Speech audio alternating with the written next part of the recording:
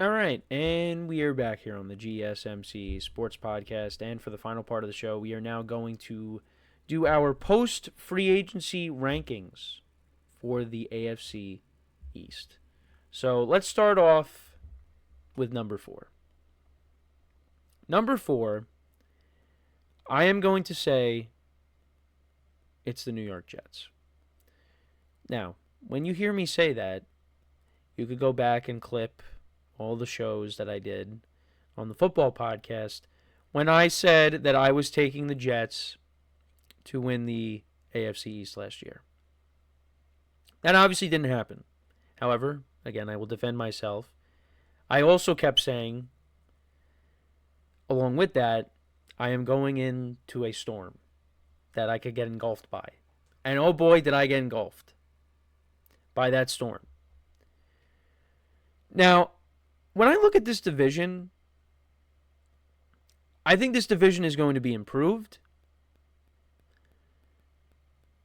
I think the Jets, I mean, they did win 5 games last year. Could they win maybe more? Possibly. I think it also depends on coaching. I think it also depends on, if Aaron Glenn is the right man for the job, which I hope he is, for Jet fans' sake.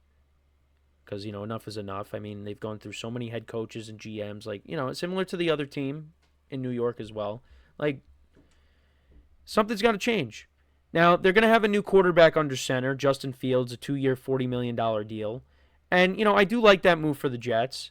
And Aaron Glenn's talked about wanting him to play quarterback, to be a passer, and not just a runner. Now, they are going to use that, and this Jets team is going to run the football, with Brees Hall and the other running backs that they have, Isaiah Davis and Braylon Allen. You got Garrett Wilson, of course. So, it's going to be interesting how this offense looks. You're not going to have Aaron Rodgers who's going to drop back and, throw it from the pocket. You're going to have a mobile quarterback. But yeah, I do think the Jets can win some games this year. But yeah, I mean, the wide receiver depth is not great. Behind Garrett Wilson, they didn't get rid of Alan Lazard as of right now, but he could be a guy that they release. When we get closer to when we're around the preseason. But yeah, I mean, they signed Justin Fields. They signed, they didn't sign a lot of household names. They did sign Tyler Johnson and Josh Reynolds. Again, add to the receiver room. Not great. Great receiver room outside of Garrett Wilson, like I said. They re-signed Jamie and Sherwood to a 3-year deal. But yeah, they really just did not make a lot of needle mover signings. Andre Cisco they brought in for safety. They needed that on the defensive side of the ball. Now, can the defense be better than it was last year? I think sure. I think so. But I don't know. For me, I'm putting them in last for right now. I do have the Patriots at 3. I think the Patriots are going to be a much improved team. Right? They won 4 games last year. You bring in Mike Vrabel now as the head coach, and I saw a clip of him in one of the team meetings. He means business. And the Patriots were very active in the offseason. They signed a couple of former Buffalo Bills receivers, Stephon Diggs and Mac Hollins. They brought back Austin Hooper, who they had at tight end last year, along with Hunter Henry. They signed some offensive linemen. They signed Morgan Moses. They signed a guard, a center. Added pieces to the defense as well. They they signed Harold Landry over from Tennessee, who was with Mike Vrabel. They signed Robert Spillane, Carlton Davis, Milton Williams. So I really like what the Patriots have done, and we still got the draft. And Drake May in year 2. The Patriots, we'll see what they do with the 4th overall pick. Could they go defensive line? Could they go offensive line? I think you will see them draft some playmakers to this team. I mean, depending on, if Travis Hunter falls to them somehow at 4, I think that's a no-brainer. You take him. But, or the Patriots, could they trade out? Could they trade down? They could definitely do that as well. But I really like what they did. The defense, I think, will be improved. I think with Josh McDaniels now back as the offensive coordinator, I think, the offense will look better. With Drake May again now in year two. Well, now it's going to be year one of a new system, but I feel like he'll get it down. And he showed that he could be the franchise guy for the Patriots last year. But they got him a number one wide receiver in Diggs. So and he, we've seen the videos of him, practicing, working out that knee since the injury and since the surgery. And at least from what we see, he looks good. So if Diggs can at least be not exactly what he was, of course, with the Bills, but maybe close to that. I mean, either way, I think he's an upgrade at receiver because the Patriots really have been lacking in the playmaker department. So yeah, but I got them at 3 as of right now. At 2, I have the Dolphins. Dolphins last year didn't make the playoffs. Tua got hurt. Had Tua stayed healthy, they probably, make it in my opinion. But yeah, not a lot of needle movers on their end. They added Nick Westbrook-Akine, who had a good year last year for Tennessee. They brought in Alexander Mattison in the running back room to replace Raheem Mostert, and Mostert replaced Mattison as he went to Vegas. They re-signed a bunch of guys. They brought back Braxton Berrios, one of those guys that I'm referring to. They signed Zach Wilson to be the backup quarterback, and I think for Dolphins fans, they're hoping that they don't see Zach Wilson at all because that would mean Tua is hurt again. But yeah, not a lot of big signings for the Dolphins. But I still think this is the second best team in the division. They have a lot of offensive talent, with Tyreek Hill and Jalen Waddle. The defense, I think, is, a concern for them.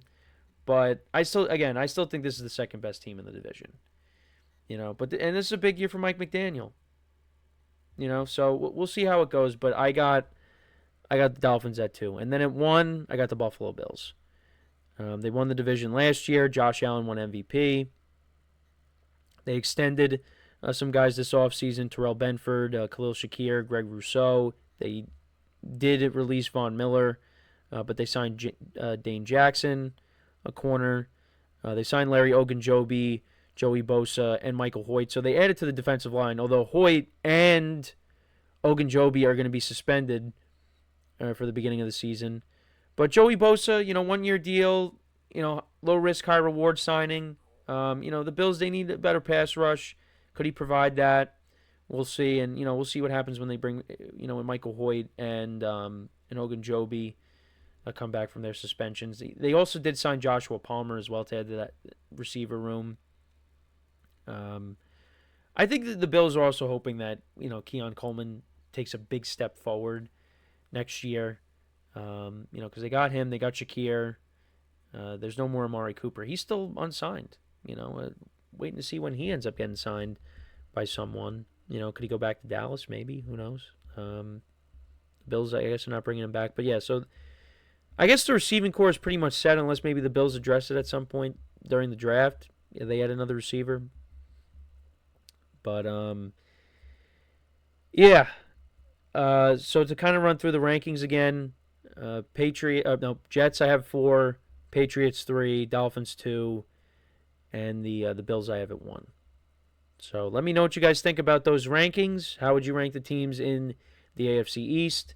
Tomorrow we'll do the AFC North.